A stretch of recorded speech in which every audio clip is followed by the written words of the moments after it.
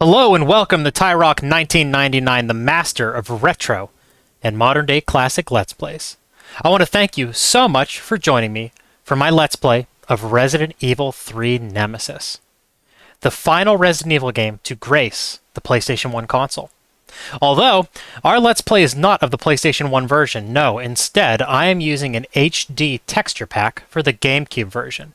And if you're a fan of this game, this is going to be a real treat for you. What they did with the backgrounds for this HD texture pack is something truly amazing. The detail is just, it's unbelievable. You're going to love it, I guarantee. Before we get started though, let me go ahead and remind you that I am on alternate media platforms if that's what you prefer. Those being BitChute and Odyssey. With that out of the way, I want you to get ready for the unstoppable Nemesis. Alright, so we're going to do hard mode. For those of you that have never played Resident Evil 3 before, it does not have a normal mode. It has easy mode and hard mode, and you could consider hard mode the normal mode for the game. Easy mode is extremely easy. You start off with an M4 and you have multiple spare magazines of ammunition right off the bat in your ammo box. It's too easy. It takes a great deal of the challenge away from the game. And for me, that reduces the fun of the game.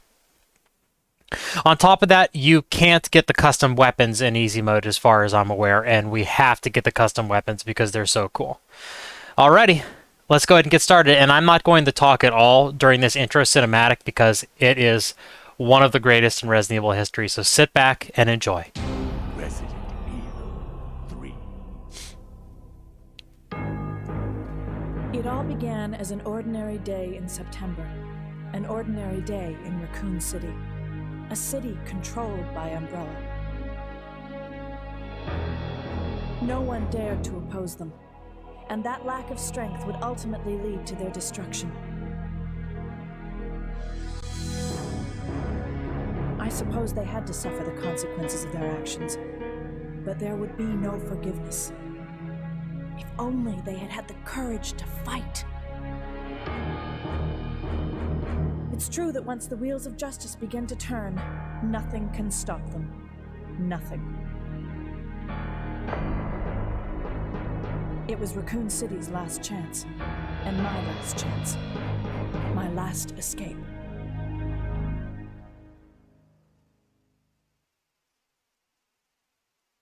This is Chopper Delta, preparing to drop off at area E95070.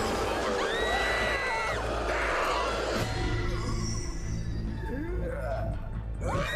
What are they?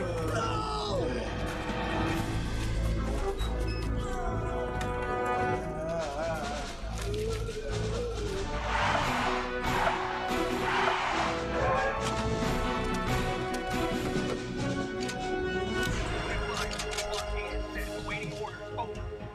All units proceed to Richmond and Victoria. All right.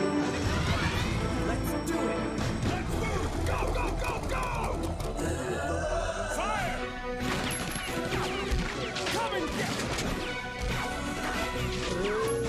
Son of a... Don't give up. Don't hold back. No! Where are they? Where did they come from?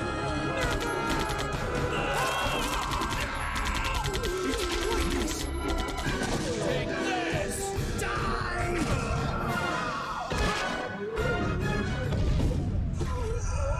You want some more?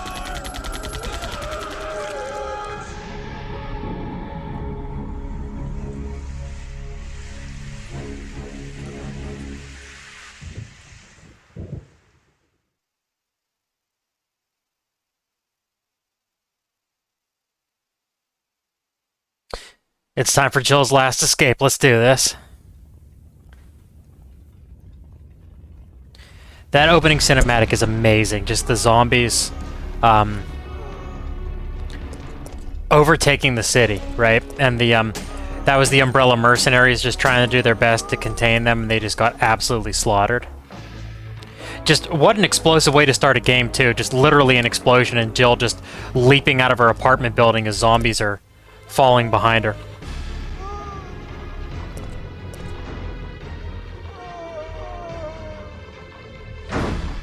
This cinematic always put me on the edge of my seat as a kid when I was playing it. It's like, get through that door, Jill, you're gonna get bit, you know?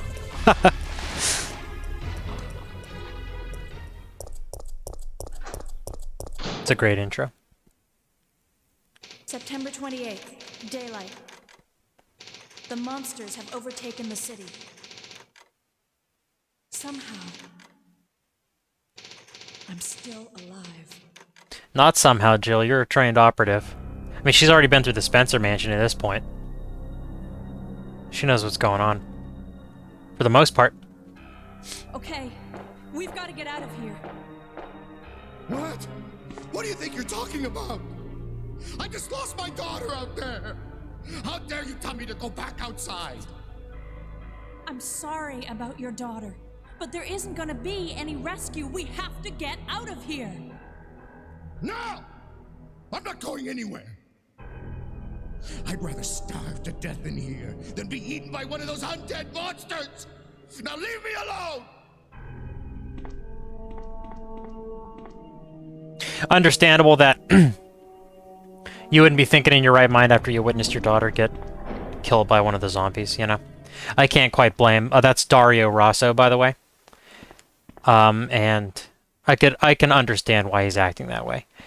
Jill's trying to be rational and help him, you know, give him the advice that he needs to just get out of the city because help is not coming. But he's beside himself.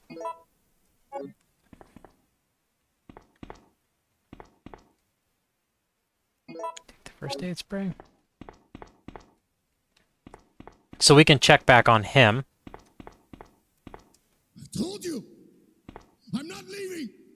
Never! Isn't that pretty cool that you can check? And he refuses to go. He is going to stay in there. So we're in this big warehouse, and the door on the other end is locked. And we have to find a key.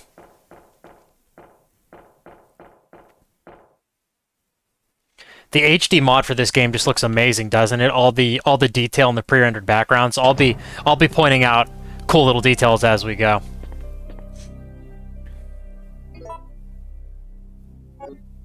As you can see, my Beretta has unlimited ammo, and I am going to rectify that in a moment. I accidentally started a game where I have everything unlocked in the Mercenaries minigame, and we definitely don't want to be using any super weapons for this. This is going to be an authentic playthrough. So after I save, we are going to come back and we are going to fix that. See all these super weapons there? Those are going to be ignored this whole playthrough. It is going to be authentic. Okay, good.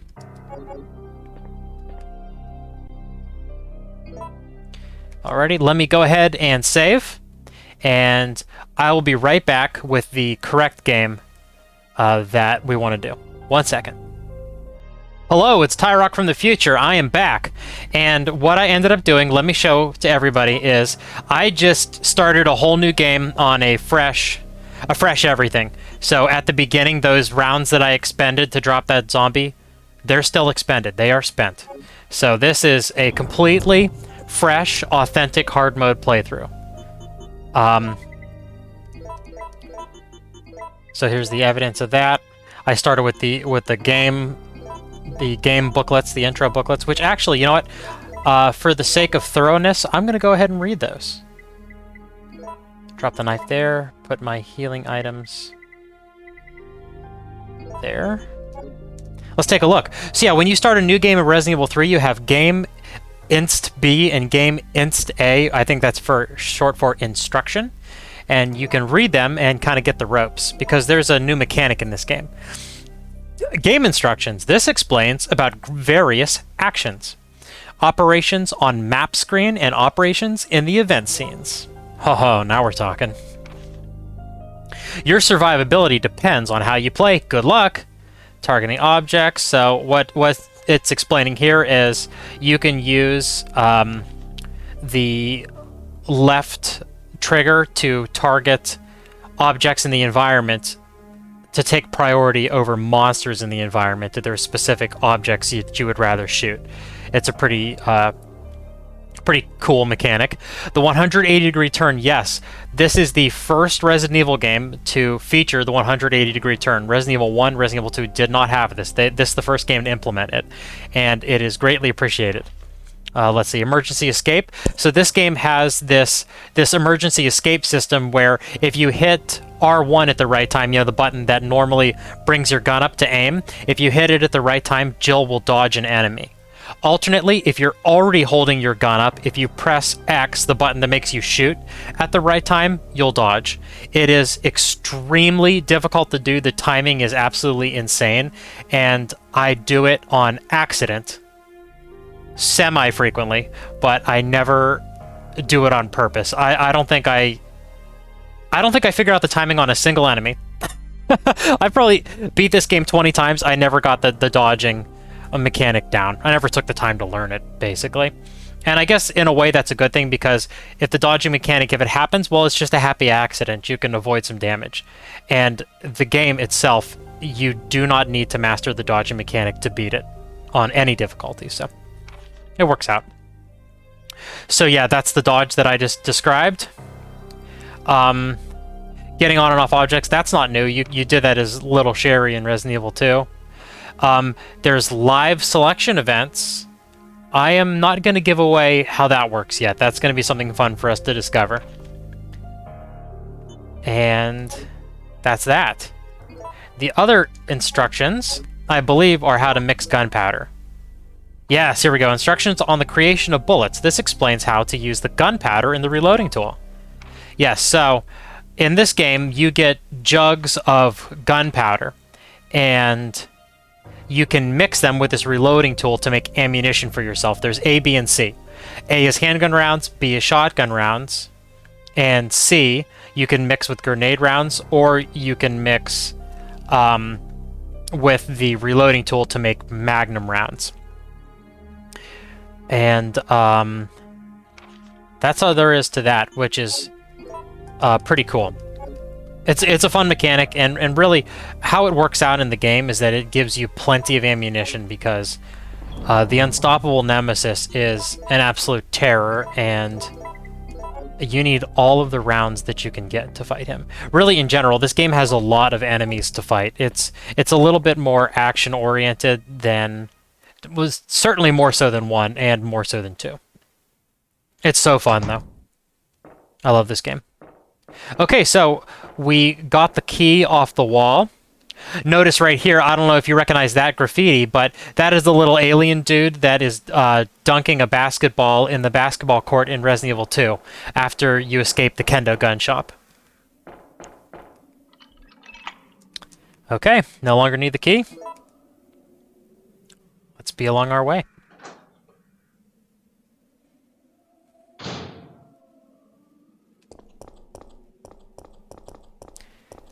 I always thought this was funny. This bicycle has a Raccoon City police badge on it, so that must have been like a bicycle cop's bike, I guess. It seems awfully short, doesn't it? But I'm sure that seat must be adjustable. Naturally.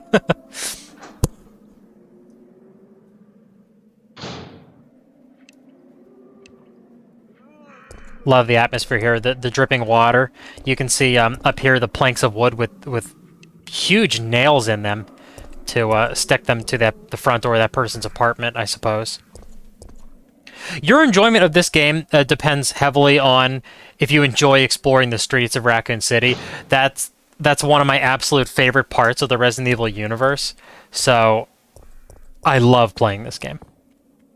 Resident Evil 2 is still my favorite, but this is a close second. Okay, so some of the zombies move really, really fast. You see how he's lurching quickly over here? That's referred to by most as turbo mode for the zombies. I don't know who came up with the term. I've heard Carcinogen say it. He's like a very, very famous Resident Evil speedrunner. But yeah, that's something that the zombies can do in this game. And when they're doing that, be careful, because if you don't have enough range between them and you, there's a very high chance that you'll get bit. In a lot of cases, it's just better to run, use that 180-degree turn, get away, and then re-engage them. And coupled up with a 180-degree turn, I want auto aiming back on. So let me go ahead and do that. I don't know why it doesn't default to auto. That blows me away, but we're fine. Okay, now we're in business. There's that glorious auto aim. And a speed reload right in front of the zombie. Come on, Jill. Nice. I'm just trying to keep you on your toes there.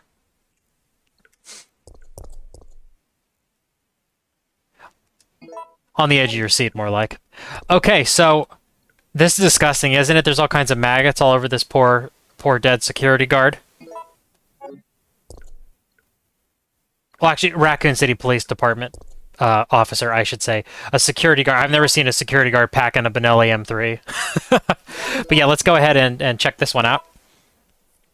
Benelli M3S, an easy-to-carry sawn-off shotgun. It uses 12-gauge shotgun shells. A lot wrong with that. It's obviously not sawn off if you look at the picture. But the Benelli M3 is a really cool shotgun. It's similar to the famous, I'm sure most of you heard of the Spas 12 shotgun from Jurassic Park fame and Half-Life 1 and countless other video games. Anyway, it's similar in the fact that you can use it in a manual pump mode, or you can modify it to shoot in a semi-automatic mode. Modify is not the right word. I shouldn't say that. Because you don't have to have any special user skills. What I mean is that you can just change its function. It's handled on the pump. I believe that you press a button on the pump and then you slide it. It's either forwards or rearwards. And then the pump locks and then it goes into semi-auto mode. Okay, I am out of handgun rounds. So I'm going to make my way quickly past that zombie. And these guys, luckily they're too busy eating that other zombie, and we're able to get around them rather quickly. What we did miss by running around them is a Kendo gun shop company van. So that's the second we found. Obviously we find pistol rounds in the first one, in Resident Evil 2.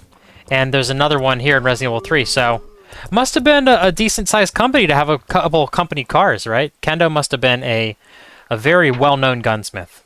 Lots of business.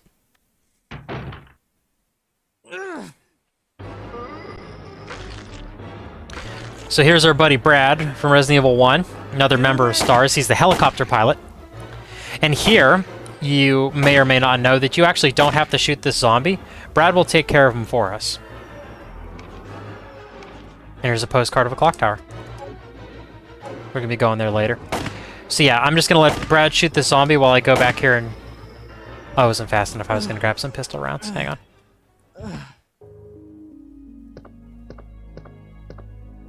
Brad, hang in there. Why isn't someone doing something about this? I didn't know you were still alive, Jill. The police aren't trained for this kind of situation. What could they do? Listen, he's coming for us. We're both gonna die. What are you saying? You'll see. He's after STARS members. There's no escape. Who is Brad referring to? Well, obviously he's referring to the Nemesis. I love the build-up here. You know, we have this somber music and Brad talking about how there's no way we're going to get out of the city alive and he's coming for us. And it just builds this tremendous tension. But as you can see, during the cutscene, Brad already got bit. Right when we stepped into the bar, Brad was getting bit. So his days are numbered. But we haven't been bit yet. Well, in a cutscene. I got bit in that last screen, but that doesn't count. Okay, so we picked up a lighter and some lighter fuel. Let's take a look. It's fuel for a lighter. Astute. It has no oil left and cannot be used by itself. That, of course, is the classic Zippo that many, many Resident Evil games feature. An oil lighter. Not gonna lie, I have considered many, many times purchasing a Zippo with the either the RPD logo or the STARS logo. I think every Resident Evil fan has considered that at least once.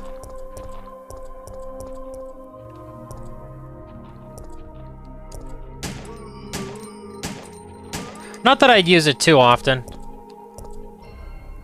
The Zippo. I do enjoy cigars, but lighting a cigar with a Zippo, it takes forever. You're better off using a butane torch style lighter. Oh wow, okay, cool. So this is going to show us that lock-on, that new lock-on function that I mentioned earlier. So instead of pressing R to lock onto the zombies, I'm going to press L, and it will lock on to that explosive barrel instead, and I'll be able to utilize that to my advantage to take out a bunch of the zombies by only expending one pistol bullet.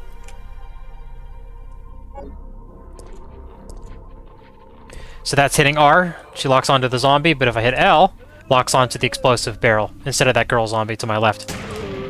How about that? Pretty cool, right? Yeah, let's shoot these guys. The reason I hesitated there is I was trying to decide if I wanted to pull out the shotgun and decapitate both of them with one shell, or just shoot that zombie with some pistol shots, and I have decided to save my shotgun shells. Let's mix these... Let's mix these herbs together.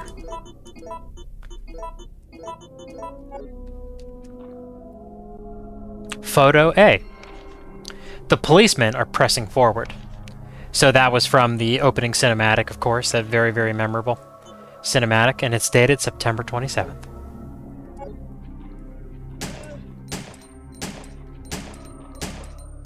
Okay, I'm gonna shoot her down. On this door, you can see that it's been bound tight with rope and it won't open. The rope seems to be soaked with oil. I find that very odd, but it works out. We're able to use our Zippo with our fresh can of lighter fluid and burn the rope. Let's top our bread off.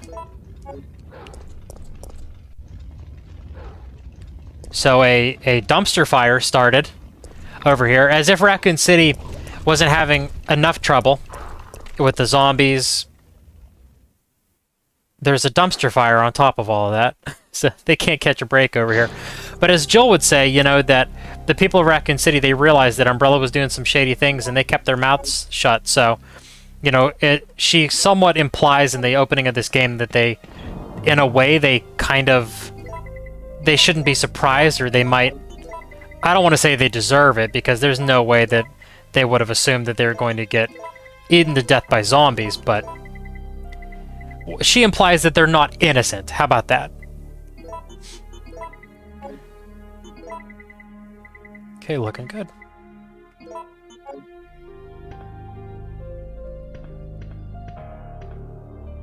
Ready to run past some Cerberuses? I am. Cerberuses? Cerberi? I don't know.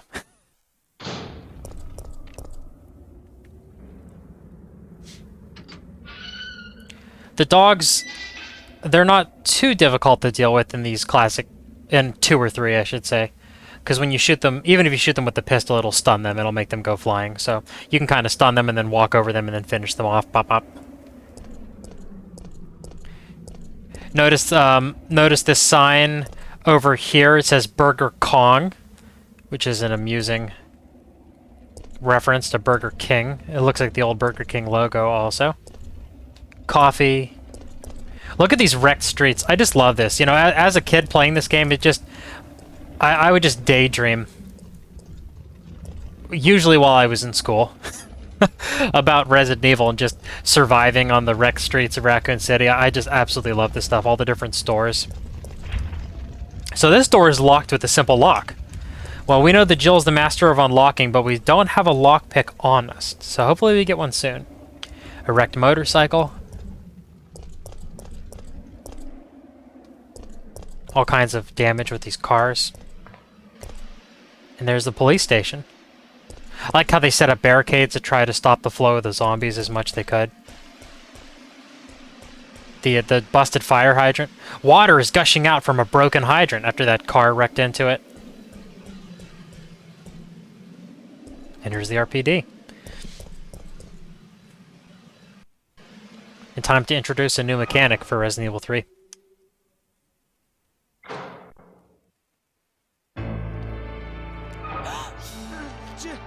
Jill! We've gotta...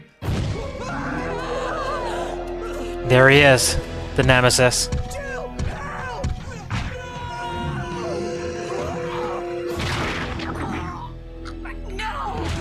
Oh.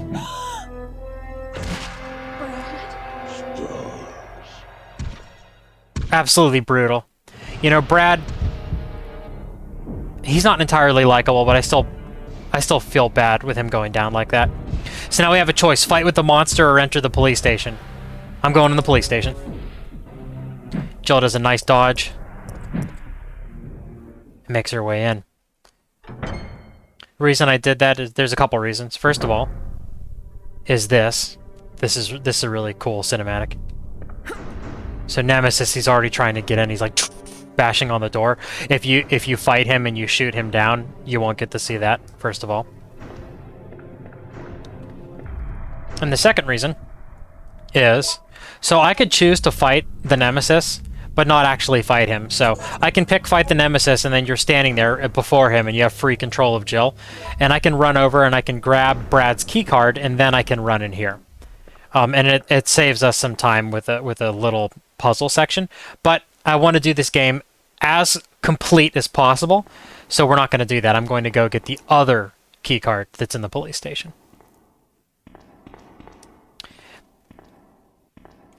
And see if Jill can pick up that ammo. There we go.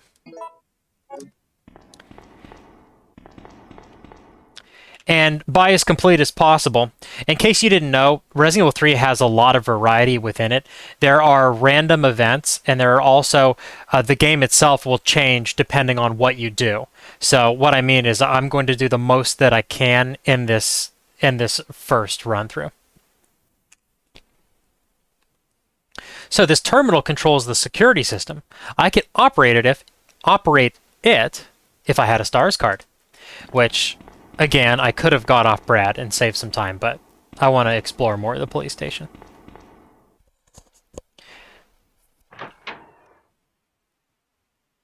Here's where we meet Marvin with Leon. And there are no handgun cartridges in the locker, unlike Resident Evil 2. That's too bad. Lot of zombies in this room. Let's see if I can get in here, past here. Yeah, nice. RPD officer Marvin Branagh. He's been fatally wounded by zombies. He appears to be holding something in his hand. Marvin's report. Report. September 24th. There are reports of a thief in the municipal building before dawn. A jewel-decorated clock at the main gate was damaged. 2 of the 12 gems that were installed on the face of the clock are missing. So yeah, it looks like somebody wanted to steal some gems and maybe take them to the pawn shop and make some quick cash. Due to the lack of available officers at this time, I have no choice but to suspend the research of this case. Signed, Marvin Branagh. Report, September 26th. Based upon an autopsy report of a 42-year-old restaurant owner, I have discovered that he was one of the missing gems. I'm sorry, has one of the missing gems. He apparently took shelter in the police department at about 10 a.m., where he was shot to death within 10 minutes of having developed the symptoms. So we have a restaurant owner who came in possession of one of these gems, came to the police station, showed signs of being a zombie, and got shot to death. Since the city is currently under martial law, we are forced to suspend this case. At this time, we'll keep the gem as evidence. Signed, Marvin Branagh. Okay. So this zombie is coming towards the door. See if I can shoot him down fast enough and run past him and his buddies. Oh, no.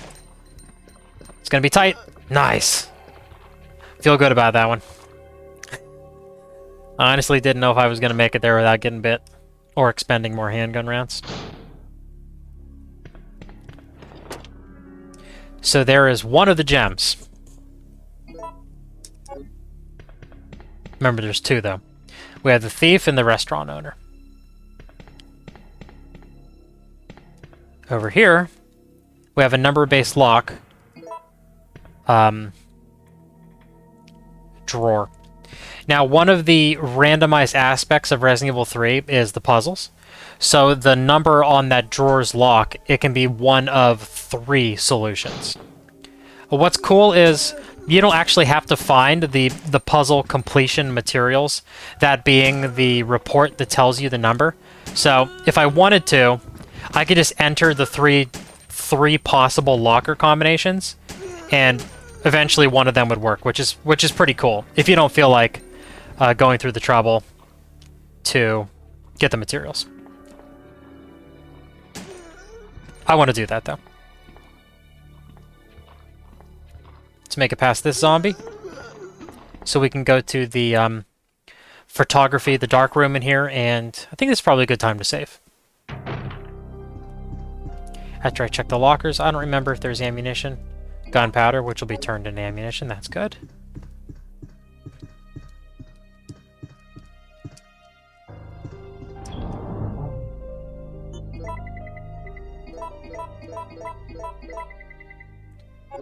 Trying to separate my key items and my healing items as best as I can. Great. So I can make some pistol cartridges with this gunpowder A. I may do that. David's memo. This is a good one.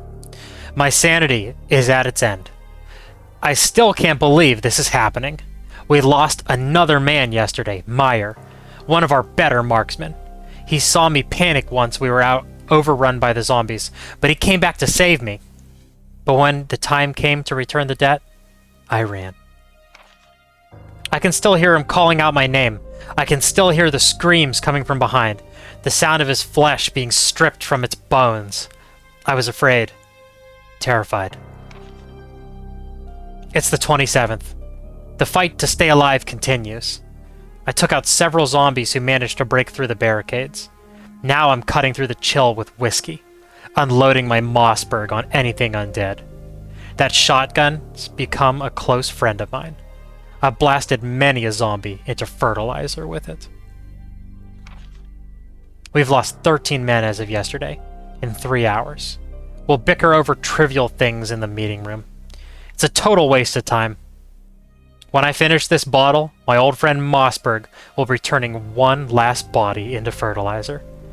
Peace at last. I can hardly wait.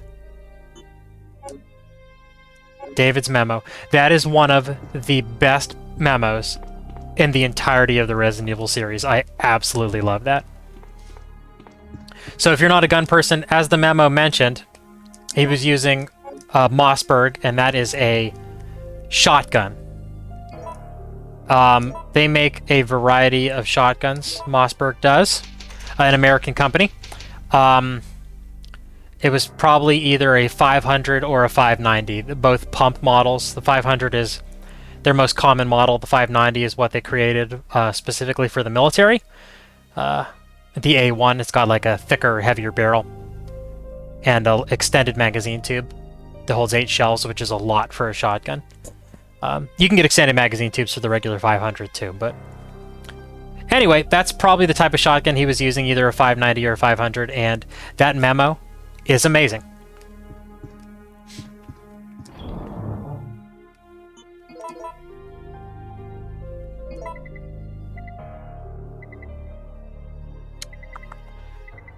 Trying to decide if I should mix some handgun rounds. I'm not yet. I'm going to try to hold off for as long as I can. Yeah. Okay. Let's continue. Before we get going, let's top off our Beretta. While I'm here, let's check it too. We haven't done that yet. M92F Custom, a custom handgun made for stars. It uses 9mm parabellum rounds. If that picture looks weird to you, if you don't remember it looking like how the Beretta icon looked in the original, you're correct. With this HD mod, they also put in new pictures for some of the guns, and that's one of them. That's like a high-res picture of either a airsoft replica of the STARS Beretta or a real gun, a real custom replica of the STARS pistol. I am not able to tell from the picture because, well, I'd have to see it from the muzzle end. You know, the muzzle on a 9 will look much different than a airsoft BB gun. Okay, so here is the STARS briefing room. And here is our STARS card. Something really cool about this, if you have a good memory or if you just played Resident Evil 1 a whole bunch, that picture of Jill on that STARS card is her portrait in the original Resident Evil 1. When you're selecting, you know, you can either pick Chris or her. That's her portrait from the original, so I thought that was pretty cool. Apparently that's on her STARS ID. That's her STARS ID portrait. Got an ink ribbon over here. You know, I'm not actually going to take it. We have plenty of saves as it is. Alright. So now that we have the STARS card, let's go ahead and go back to the main hall and use it on the computer. Ah, darn it. So this is one of the many random aspects of this game. That hallway can either have a horde of zombies or the 2 dogs. Honestly, I prefer the zombie horde. They're really easy to just run to the briefing room before they even get to you.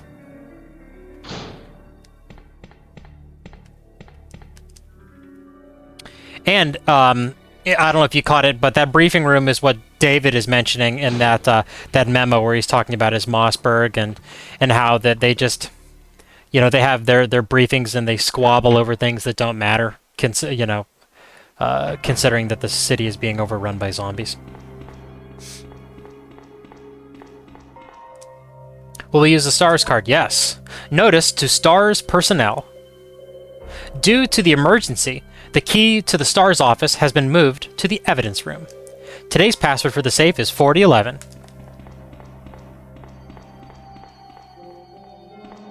Alright.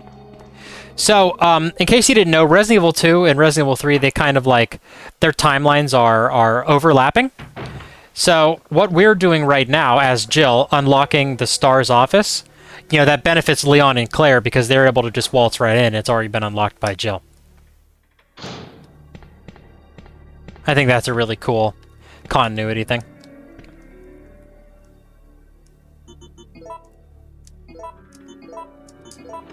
And here we are. Let's take a look at this. STARS emblem is engraved on it. Okay. No fluff on that one.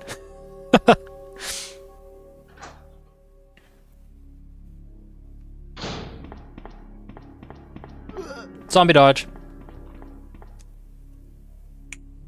You like that MLG zombie dodge? Pro strats. Can I get another one? Can I get another one? Double MLG dodges. Take notes. Alright, we use the STARS key. And as per usual, we can just go ahead and discard it. Love that.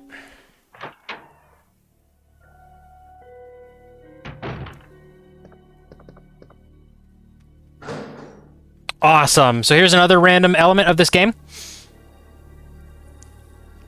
That locker can either spawn the Magnum or the grenade launcher. And we want the grenade launcher. It is very, very powerful. The Magnum's no slouch either. Don't get me wrong. The Magnum's awesome, but the grenade launcher gets a new type of special rounds in this game, and they are very, very powerful. And we got our lockpick for our very special Master of Unlocking. On Barry's desk, here we have a couple boxes of ammunition. Actually, quite a bit. We go from 13 to 43. That was 30 cartridges. Thank you, Barry, for leaving that behind. Look at how good... this HD retexture is incredible. Look at, like, you can see Apparently Wesker's desk was polished to a mirror sheen. You can see the reflection of the stars like a mural on his desk. Do you see that? It just looks incredible.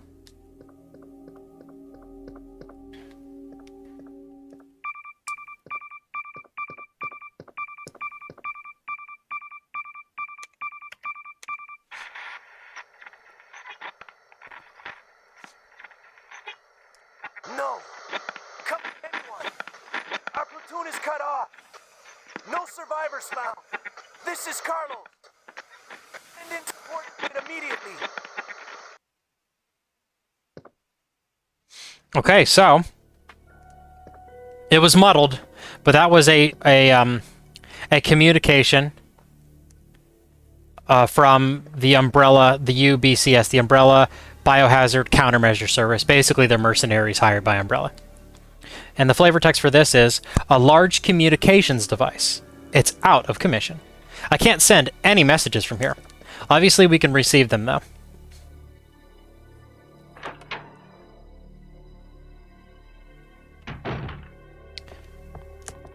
I think there are some red herbs down here. Yes, there are. We're going to have just enough room. Awesome.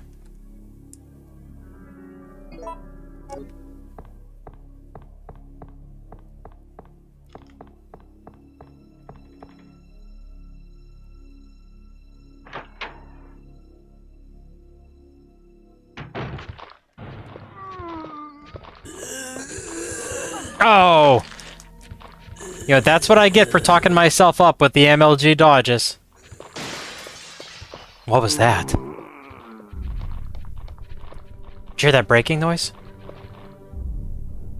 And all of a sudden, the music changed. Uh-oh. What's gonna happen?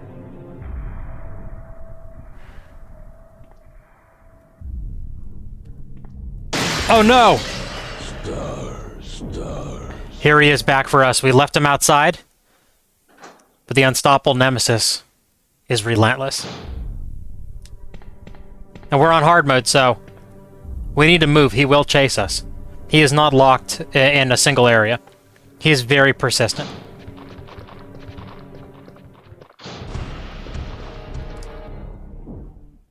If zombies get between us and him, he'll bat them out of the way or shoot them with his rocket launcher. It's actually pretty cool. Yes, we need to keep moving. Run, Jill, run. So we have the lockpick. We're going to be able to open that door next to the motorcycle near the flaming car wreckage. Brad's gone. Sorry, Brad. Just wanted to check those plants over there real quick. If you remember, there's a hidden herb in Resident Evil 2 in the plants in front of the police station. So I figured it'd be worth it to just double check. I love the music when you're out on the streets. You know, with the crows cawing and the wind whistling. You can even hear zombies moaning. Just a really awesome atmosphere out here.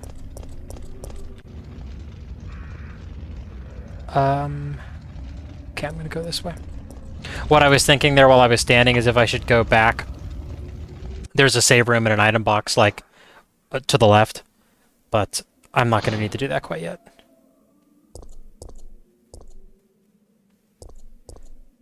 Another, alleyway. Boarded up door. There's just such a great sense of people, they desperately tried to protect themselves from the horde. Oh, what crawled out of the window? Did you see that? That thing looked freaky. More handgun rounds. 73. He's holding something. Mercenaries diary. So that poor guy is a member of the UBCS that I mentioned, the Umbrella Paramilitary Corporation. September 1st, following 6 months of intensive training, my body's edge has returned. I was a good soldier, but they ordered my execution with no reason given. I was tortured and forced to give a false confession. But on the morning of my execution, a miracle happened. The company had helped me out, giving me a second lease on life. September 15th. I ended my vacation short and returned to the headquarters office. It looks like my UBCS unit's been called into action. Umbrella maintains its own paramilitary unit to counter corporate terrorism and VIP abduction. In addition, they have nightmen who specialize in handling problems caused by illegal products. I'm currently a member of the latter. Interesting. Yeah, you hear, the idea that a pharmaceutical company has their own paramilitary group. It's like, that's really shady. The VIP abduction protection part of it makes complete sense, though, with how large of a company Umbrella is. What I mean is that is a good front for the other shady things that the UBCS does. September 28th. Dawn's here, but we're still slogging through this nightmare. There are no provisions of any kind here. The undead walk the streets, feeding upon the flesh of the living. Given the choice again, I would rather have been executed. Death Row was a heavenly asylum compared to this place. I've chosen to pull the trigger myself, in the hope that my dead body won't come back to life. Another very grim diary. They hammer the point home that what's happening in Raccoon is hell on earth.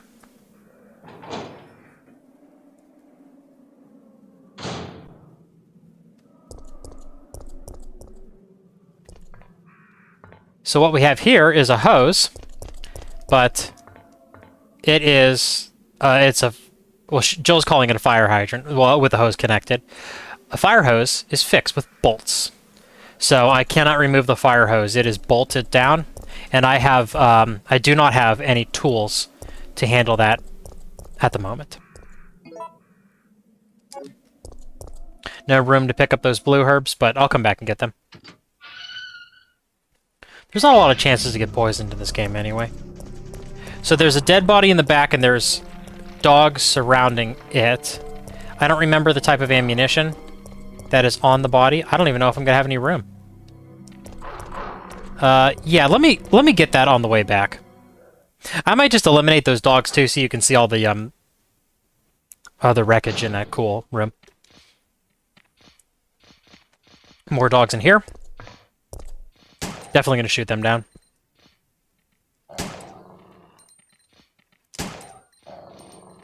Four shots, 5 shots.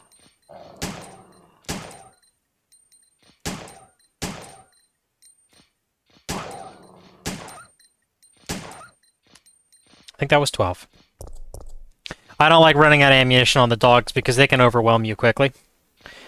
There is a item box right over here, and then I'm going to return to this area because we're not done with this parking area.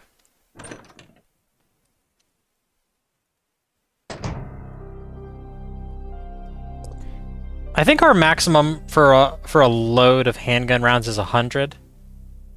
Yeah, let's put my stuff away. I don't know what the game will do if I overflow over that with no space. So let's take care of that. I'm also going to do some mixing here. Put the grenade launcher away for the time being. We will be using that bad boy though, I guarantee you.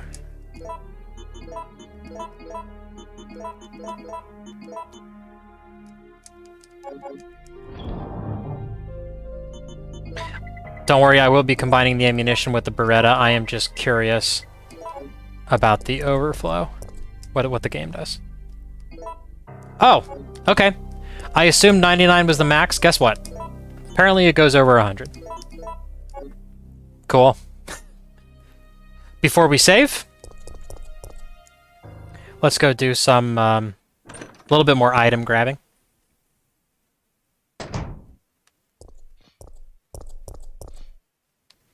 This area is very, very cool. If you look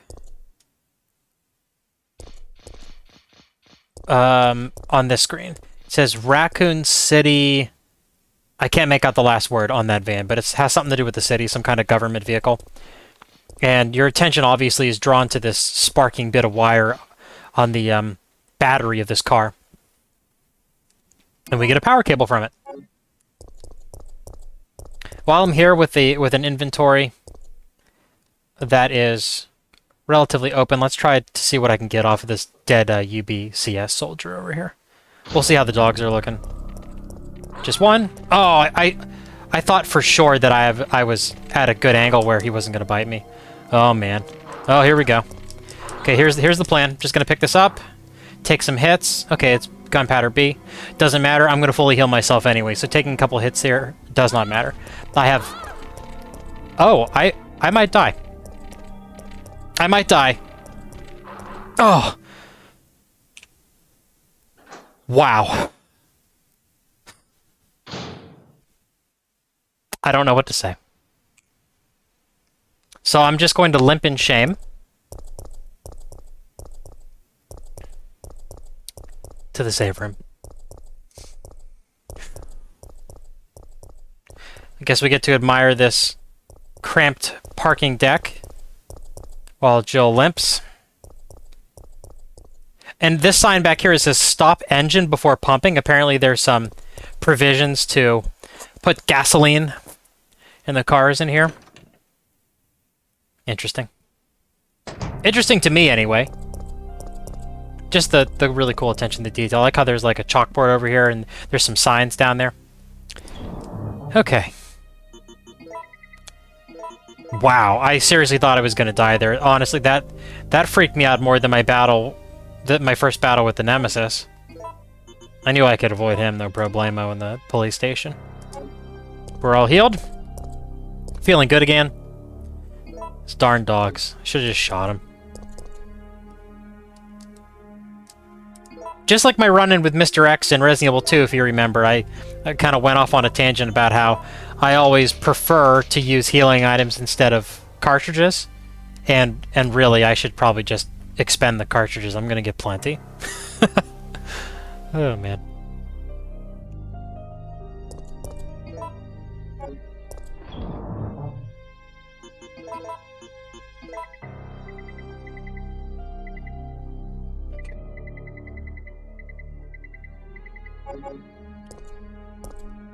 Inventory's looking good. Ready to dodge some dogs? I am. That's a great looking screen too. Pretty sure we'll come back later and there won't be any dogs there, and we will take a tour of that screen. That's a good one. On the wall is a map of the downtown. Not that I use the map in this game, but I might as well grab it for completeness. I always thought that was pretty cool. There's like some hanging pallet.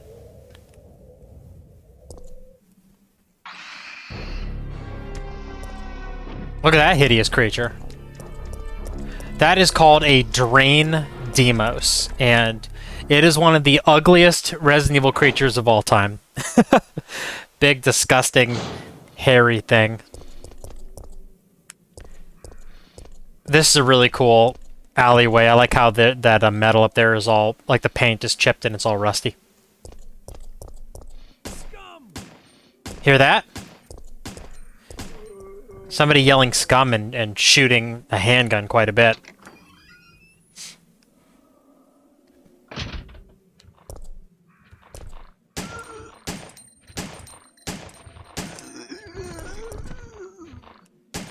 Well, he was already dead. Should have known by the blood puddle. I don't know why I missed that.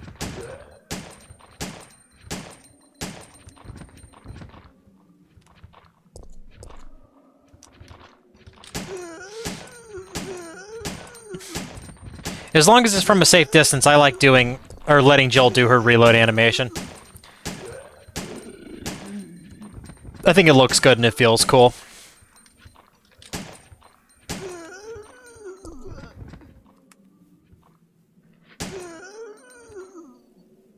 There was a lot of zombies, wasn't it? That's the reason why the game, you know, it'll sometimes give you handgun cartridges 30 at a time. Because there's a lot of zombies to deal with.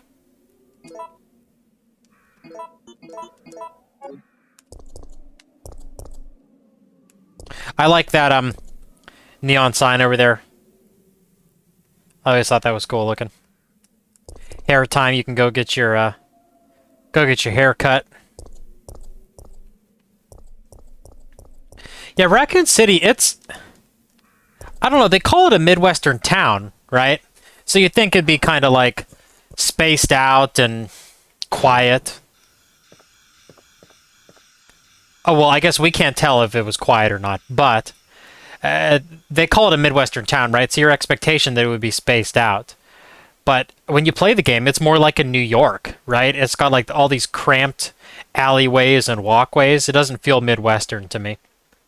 All right, so this locker has a lock, and we're going to pick it. No surprise. And inside, we get a fire hook. Its edge is in the shape of a hook. It must be used to hook something.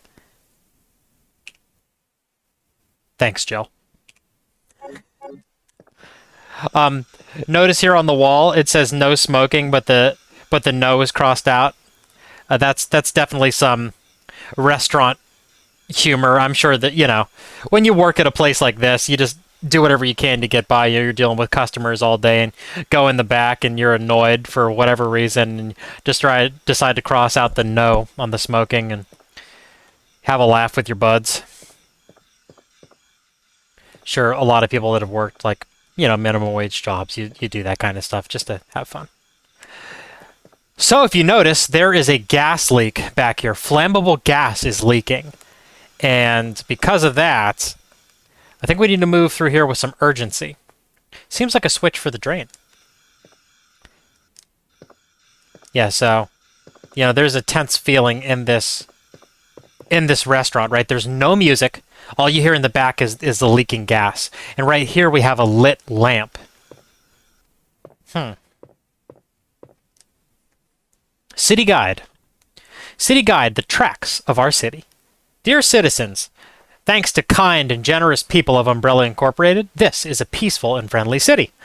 The vast donations from Umbrella Incorporated have been used for welfare work, the construction of public utilities, and to help maintain public peace.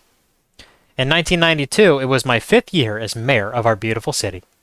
It was then that through many donations and hard work, our city was able to rebuild the municipal building, create a state-of-the-art hospital. In honor of these fine accomplishments, I was awarded with a grand statue that same year.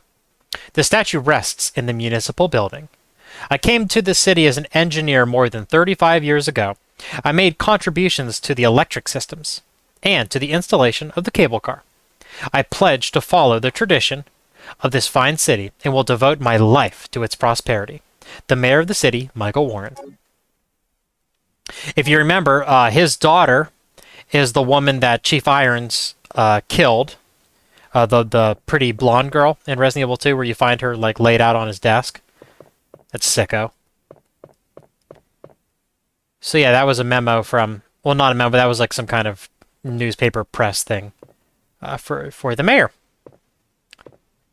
Okay, now that we've fully explored this restaurant, let's use this hook and get out of here. That leaking gas is kind of freaking me out.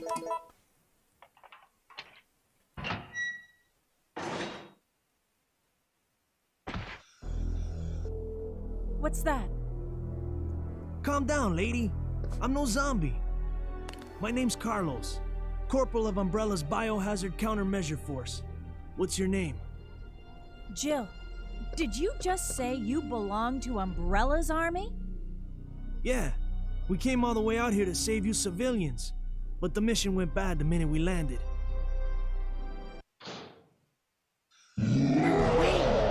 Nemesis is back.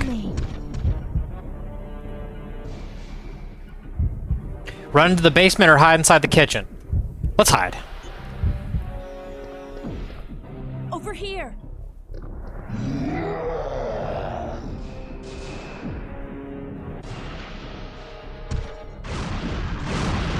How cool is that? Are you crazy? You could have barbecued both of us. I love that Carlos says that. Are you crazy? Yeah, I know, right? So, I'm going to take this moment while we're in the menu to explain a couple things, because Nemesis will get back up. He won't stay down in this room And this is a moment while we're in the menu where he will stay down. So our two options were to hide in the restaurant seating area or to run downstairs.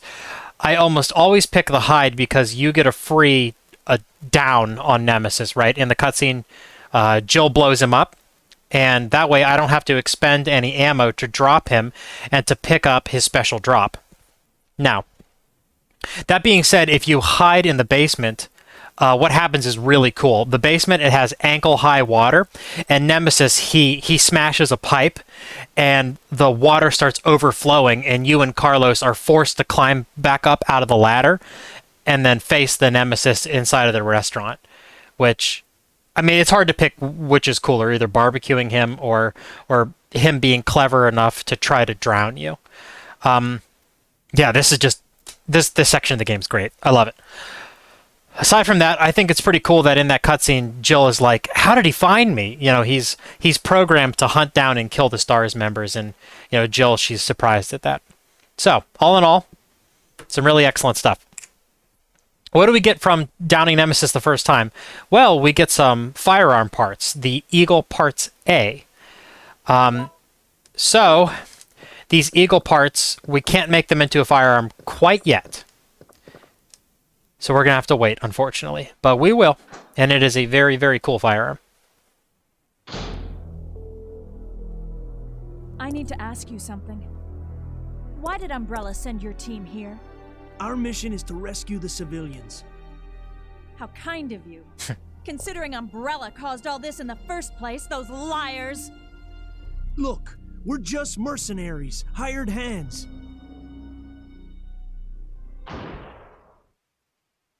No time for talking. If you can believe me, then join us. Think about it. Think about it! No, Carlos has the right idea. That crashing sound was the Nemesis getting back up. So, let's move.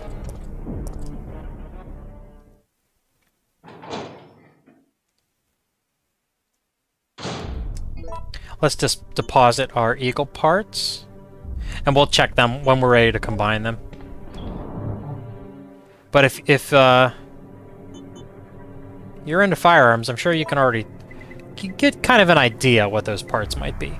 Especially if you look at the barrel and the recoil assembly. It's pretty distinct what type of weapon we are going to make. Okay, I'm not going to need the lockpick anytime soon. I have room to bring the power cable, that's no big deal. Yeah, we're looking good. Thankfully, some shotgun shells. And a rusted crank. This is a box of some kind of jugs. Blue bottles, it could be motor oil? That makes sense, because there's another red jug here. There's probably gasoline in there. This is probably one of these businesses on this street. They probably rent out this space, and it was probably some automotive-based business. At least in my head, that's what I put together for this. Okay. Crank, jumper cables, blue diamond. Looking good. We've got a Beretta with a full magazine in it. Let's go.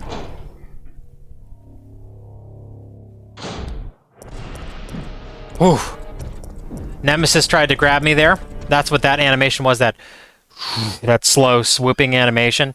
And if he grabs you, he picks you up and starts choking you, and you have to wiggle the analog stick to get out of his grasp. He does a good amount of damage. And if you're heavily wounded, and if he picks you up, and if you're not wiggling that analog stick fast enough, he'll do what he did to Brad. He brings his tentacle out and he stabs you, and you're dead. So that's a dangerous one. I'll get that first aid spray on the way out just to make sure I have inventory space. I think I'm going to be fine, but just to be careful. So you can see on the wall, this is the Raccoon Press. This is the building for the Raccoon City newspaper. There's no power going to the switchboard. Will you turn on the power? Sure. Piece of cake.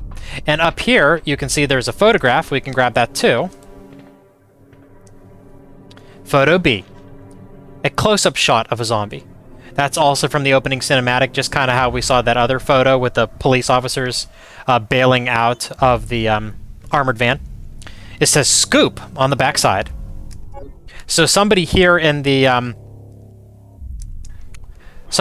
press building was going to use that and probably try to expose what's going on. Unfortunately, the outbreak got overrun. And the press building's in rough shape, as you can see. Most of it's on fire. I think this animation is really cool. Check this out. First of all, the glass shatters and it sprays glass in front of us.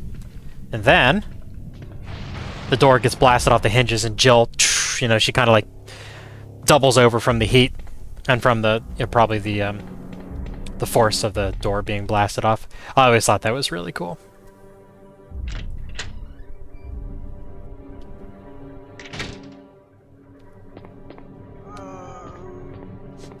More flames.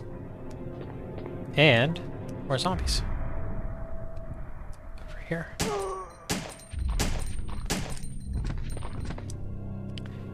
Green gem, yes please. 2 jugs of gunpowder.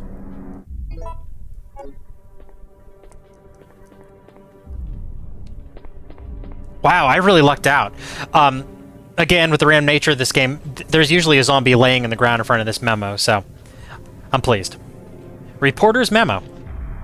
At last, I have found the evidence I need to prove that the cannibal disease is indeed happening in this city.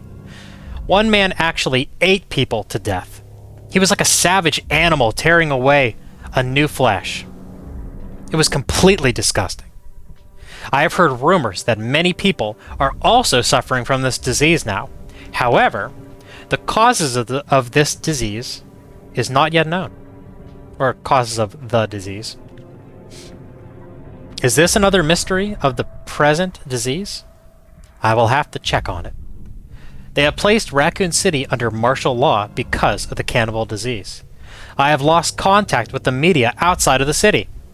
But I don't give up, or I won't give up. As a journalist, I won't keep my eyes shut and walk away. I have a duty to the people and my profession. I don't think the disease has spread nationwide yet. I believe that this city holds the key to its creation and cure. In fact, I'm sure of it. The military has set up blockades around the city to keep people from escaping and spreading the disease. Most of the citizens have either died or have come in contact with the disease. I know that it is the right decision to quarantine the city, but I can't help but pity myself.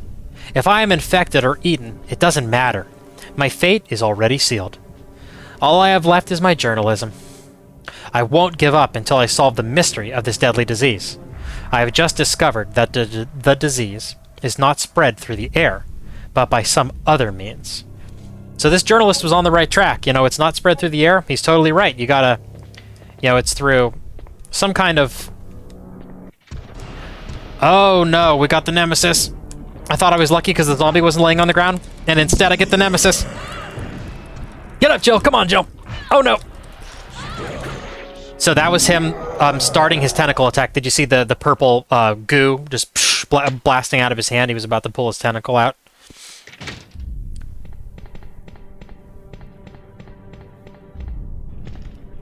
Oh, he's hot on my trail. I gotta move.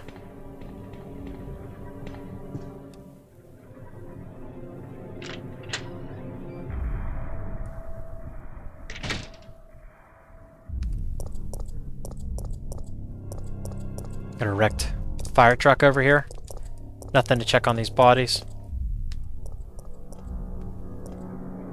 There's a chair on top of that police car. They must have just been grabbing whatever they could from the apartments in the surrounding area and just throwing them up to make makeshift blockades. So here is that diamond. It's a puzzle, but you know, whatever they called it in the game, that this diamond display thing where 2 of the diamonds were stolen, and now we have them both, and they have been returned. and the door can unlock. I think that's cool how the light goes around it, you know, with all the diamonds when they're set in place. Now we can go towards the city hall.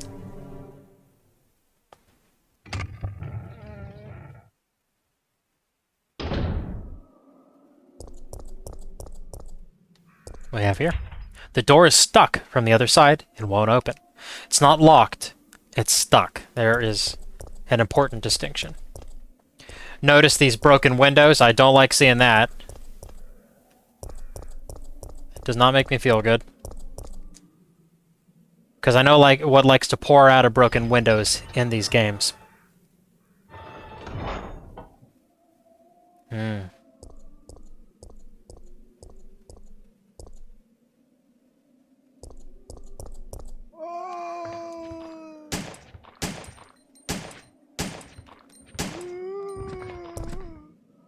Oh wow. Okay, he went down pretty easy. That one's definitely alive. There's no blood around him. I'm gonna try not to aggro them if I can avoid it. But if I can pick them off a little at a time, I'll do that. So I think when you shoot a zombie down to the deck like that, they're considered dead by the game. So I'm gonna... Let's test this real quick. I'm gonna exit through this door and then come back real quick. And let's see if he's standing back up again. And if he is still around, let's see if he retained his damage. Cool, he's gone. I was right. Very good. That was a scripted moment, that zombie bursting forth from that car. Sorry, I somewhat ruined that by checking if that zombie was dead or not. My apologies. But at least we know now that if you shoot a zombie down to the ground and he's crawling, you can just leave the area. The game considers him dead. And you can save a couple handgun cartridges. Okay. My inventory is getting full, but we are about to make some more room for ourselves. I love this. This always cracks me up, the no bicycling sign, and then we have a yellow bicycle right over here. Somebody was being defiant. Good for them.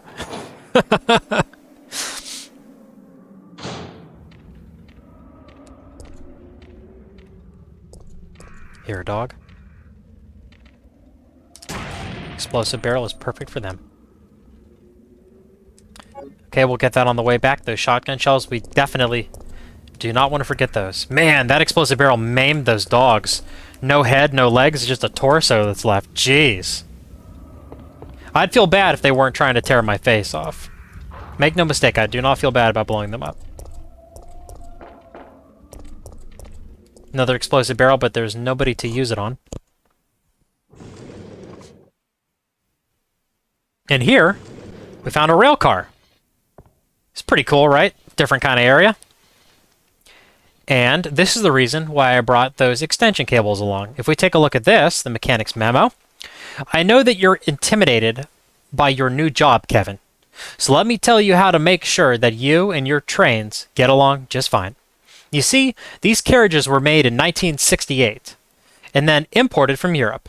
Sometimes they get rickety, but they still work because they are simple, stubborn, and strong. We can always depend on them. If they have a bad day and are malfunctioning, you'll need to take a good look at their circuits for any trouble. Once you discover what's wrong, you'll be able to fix it easily. I'm sure that you'll be able to avoid those nasty little malfunctions if you check the parts every day. These old trains will surely have problems if you don't remember to check them out. Just remember that if you need to replace anything, you have to choose a suitable part. When I say suitable, I mean that even if you can't find another original part, you'd better find something that works good enough. Even with regard to oil, you must always prepare good quality oil for these trains. Never forget, Kevin, that a man may betray others, but a machine won't. The memos in this game are just so good. It's just hits after hits. I love it. So if you inspect this, some of the parts seem to be out of order. If we see the power cable is disconnected, the fuse light is red, we're missing a fuse, and the oil light is also red. So we need three things. The fuse is broken. The mixed oil has been used up, and that's important. Mixed oil. Not just oil by itself. It needs to be oil with an additive. You need special oil. Kind of like a two-stroke dirt bike, if you're familiar with that. You know, when you put gas in a two-stroke dirt bike, it's a gasoline and oil mixture. You're one of the survivors from the rescue team, right? I just ran into your teammate, Carlos. How did a girl like you manage to survive? Hey, I'm no ordinary civvy. I'm a member of STARS. Stars? Sassy. You mean the RPD Special Force Team? Hey, is someone wounded back there? So that's the not very friendly leader of the UBCS that are left. Oh, this looks bad. They're coming. Get ready. Fire. Fire. Stay together. Calm down. You're safe now. Everything is gonna be okay. Jill's got some compassion. Now, this poor guy. Don't come any closer. Stay away. This poor guy is heavily wounded, as you can see, and he's having some kind of fever dream, nightmare thing where he's crying out. You know, he's like reliving the moments of his unit being slaughtered. He's in rough shape. So, Jill, did you decide to help us out? It looks like we're the only ones who survived. We should work together. No, we can't trust her. Why? But Sergeant, we need her help. Our unit's down to you, me, and Lieutenant Mikhail. That's it. And Mikhail's hurt bad. If we don't cooperate, we won't be walking away from this mission.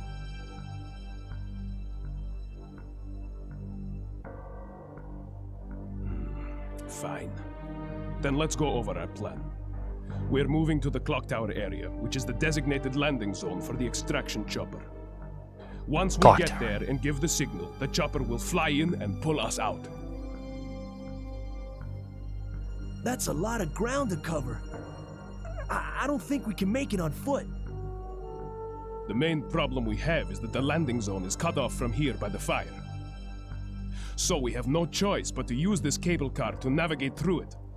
Fortunately, we can also use it as a moving shield to get us through the worst areas. That works for me. Good plan, sir. Okay, people, let's get moving. Jill, put this on.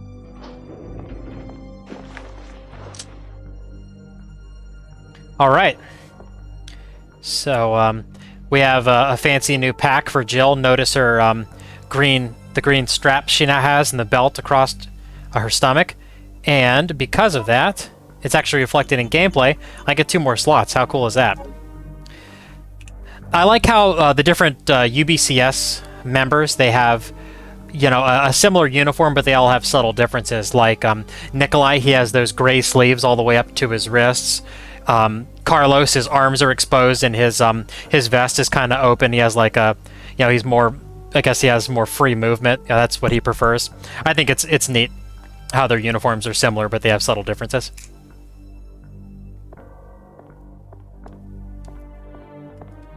A well-maintained control room. Notice the blood on the ground. Maybe that happened when they were trying to patch Mikhail up. And now we got a wrench. Looking good. So we have our goal now. Apparently the fire in the city is much greater than it already seemed. Apparently large sections of the city have been caught ablaze. Luckily we have this train car and we're going to be able to smash our way through it and get to the clock tower, which is the pickup point for the helicopter. So we have a goal. Get the cable car moving. And so, that brings part 1 of my Resident Evil 3 Nemesis Let's Play to a close. We made our way through the destroyed streets of Raccoon City amongst the wreckage of cars and the flames and the zombies and those god-awful drain demos. Makes me shudder to think. And we only saw them for a second. There's much, much more drain demos action coming up, so you better buckle up for that. We fought our way through the police station, and we were attacked by Nemesis. Him shooting his rockets everywhere, trying to choke Jill out. Luckily, in the restaurant, we were able to blow him up. Whoever let that gas leak out, whether it was on purpose or otherwise, I am so grateful. And we have a goal in mind. We need to get the train car moving. We need to ride it to the clock tower. And there we need to signal the chopper so we can get out of Raccoon City. And that's what's going to be in store for us for part 2. I want to thank you so much for joining me for this adventure, and I look forward to seeing you again very soon. Thank you, everyone. Bye!